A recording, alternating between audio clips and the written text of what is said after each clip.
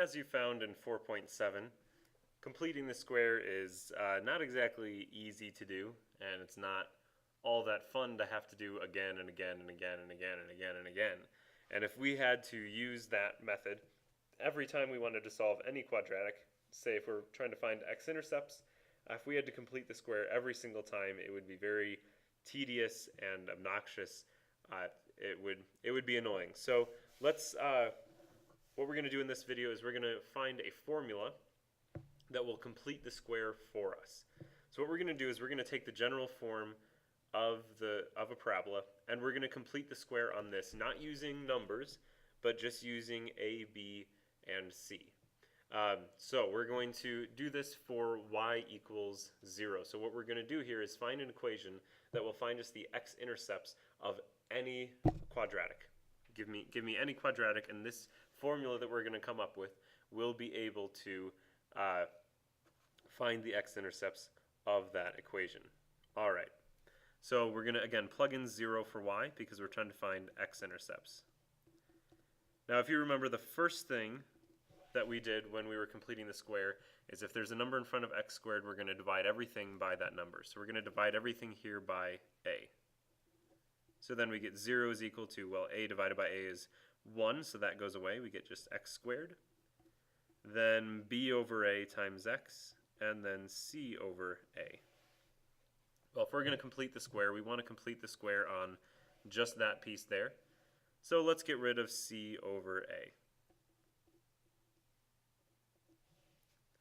And then what we're left with is x squared plus b over a times x, then minus c over a.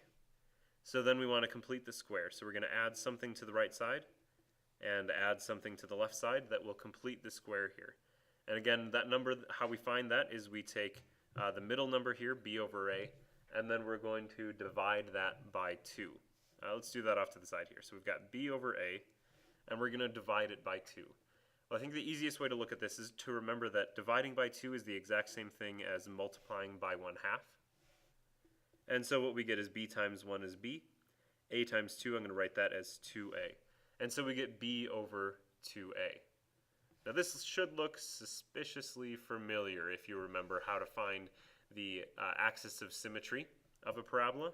It's negative b over 2a. That's no coincidence.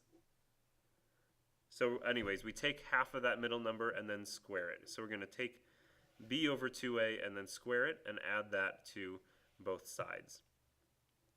Now on the left side, I'm going to go ahead and multiply this out. So it's going to be b squared is b squared, 2 squared is 4, and then a squared is a squared. So I've just taken, I've really added this to both sides. On the left side, I went through and squared everything in there. Now on the right side, I didn't bother to go through and square all those things because we're going to factor this anyways. So this will factor to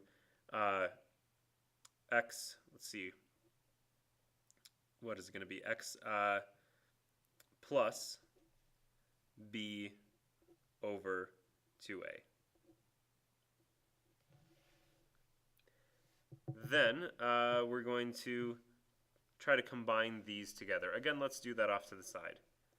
So b squared over 4a squared minus c over a. Well, to combine these together, what we need to do is get a common denominator.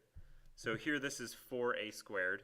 Well, if I multiply this one top and bottom by 4a, then I will get a common denominator. So this will be c times 4a all over then 4 times a, which is a squared. Okay, so then what we get is b squared, now that we have the common denominator, minus, now c times 4a, I'm going to write that as 4 times a times c, all over 4a squared. So this is what we get on the left side when we combine that together.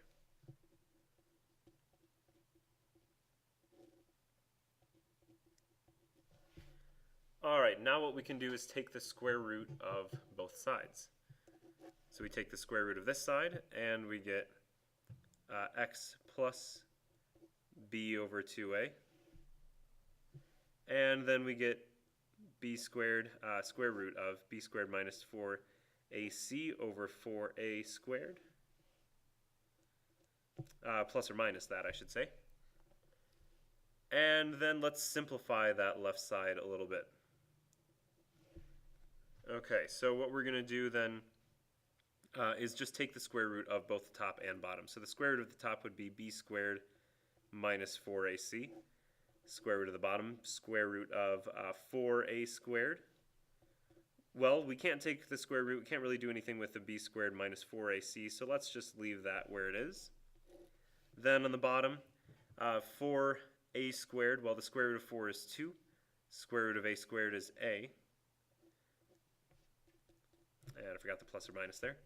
And then we get plus, let's see, x plus b over 2a on the right side. So then to get x all by itself, what we need to do is subtract b over 2a. And then we get x equals negative b over 2a, because we're subtracting b over 2a from both sides. Plus or minus square root of b squared minus 4 times a times c all over 2a. Well, hey, we've got a common denominator here. We can combine these together. So we could write this as negative b plus or minus the square root of b squared minus 4 times a times c all over 2 times a, and that is equal to x.